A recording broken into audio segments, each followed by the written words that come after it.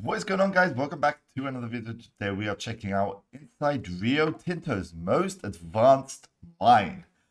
I mean, bro, this is in Australia as well. I mean, bro, looking at mines, especially in Australia where it's like so much land, I would say so many things, like in general, it's a huge country. So looking at the most advanced mine, I mean, that is going to be some crazy stuff. Never actually seen anything like to do with mines before, so it's going to be like a first time reaction.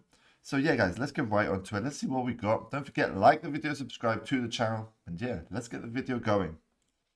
The common image of iron ore mining is this: giant machinery, heat, red dirt, laden with the core ingredient for steel making. The less common image is this: thousands of kilometres from the Pilbara in the northwest of Australia. This is Rio Tinto's operations centre near Perth Airport, and it's where the mining process starts. Okay. It's less about digging, but all about technology. As you can see, it's a large room filled with hundreds of employees in front of countless computer screens.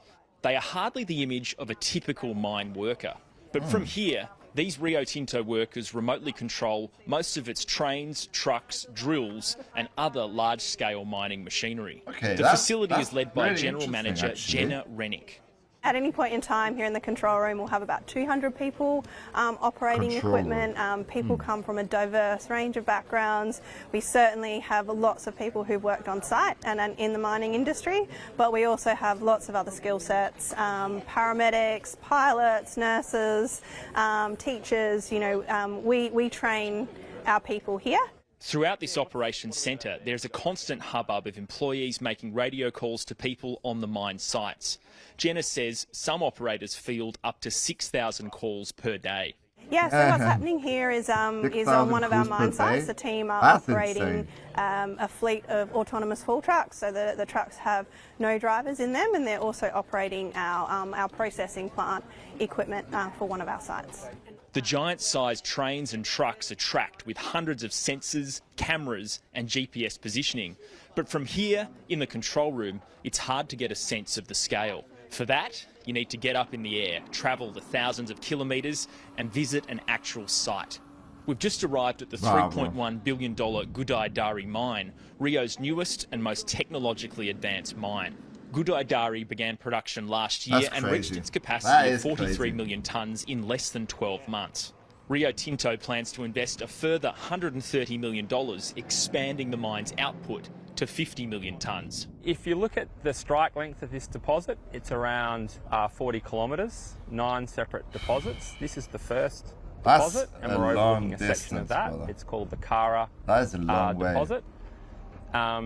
We've just ramped up to 43 million tonnes per annum, which is our nameplate capacity. We achieved that in less than 12 months, which was a fantastic achievement by the team. They even got trains and I guess everything. Now we're really looking forward to all the things we've learnt from that and looking how we can creep capacity further.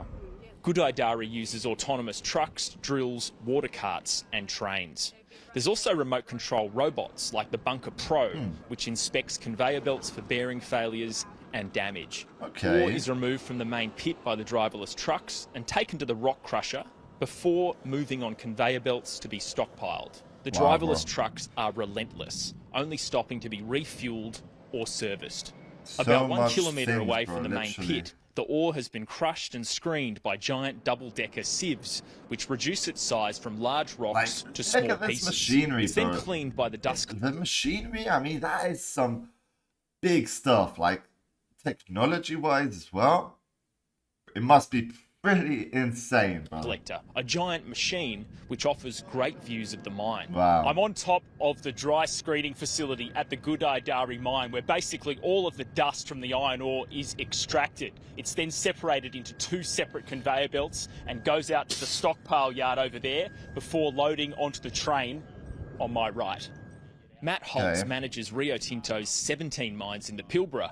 The complexity of running so many autonomous heavy machines, plus the sheer size of its operations, is all about efficiency to drive production up and costs down. So in terms of employees at this site, it will be just over 400 people. We do have a lot of autonomous equipment, as I mentioned, autonomous trucks, drills, also our water carts as well. Those assets are operated from our operations centre in Perth. Okay. For us, in terms of the rates, 43 million tonnes per annum. The strip ratio here is quite low, which means we move a low portion of waste for the ore that we mine. In terms of train movements per day, we would have 5 to 6 per day. So roughly in a train you would get close to 30,000 tonnes. Wow. Once loaded onto a train, the iron ore has a 170 kilometre journey to the coast. Rio Tinto has 53 trains on its network. Each train has about 240 cars, extending 2.5 kilometres in length. Wow, the trains are maintained in the main workshop just outside Karratha, close to the port of Dampier. I'm here checking out the cabin of a General Electric train, part of Rio Tinto's fleet of trains that move around the Pilbara. Given the heat, the dust, the weight of the iron ore, all elements of these locomotives and carts have to be serviced frequently. Any breakdown or blockage threatens tens of millions of dollars worth of production. Like, the workshop is partially automated with a machining bro. plant processing more than 130 wheel sets each day.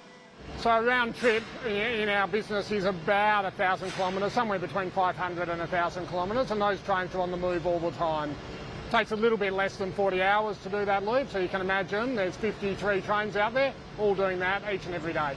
Once the train reaches the port, the ore is blended with iron ore from Rio's other mines in the Pilbara before it's loaded onto ships and sent to steelworks overseas. So our ports take a ship size from about 150,000 tonnes to about 250,000 tonnes. We load on average at about 10,000 tonnes an hour, so there's somewhere between sort of 15 and 24 hours, maybe 30 hours to load the ship, and then we can only sail those vessels at high tide. So and this is the final result.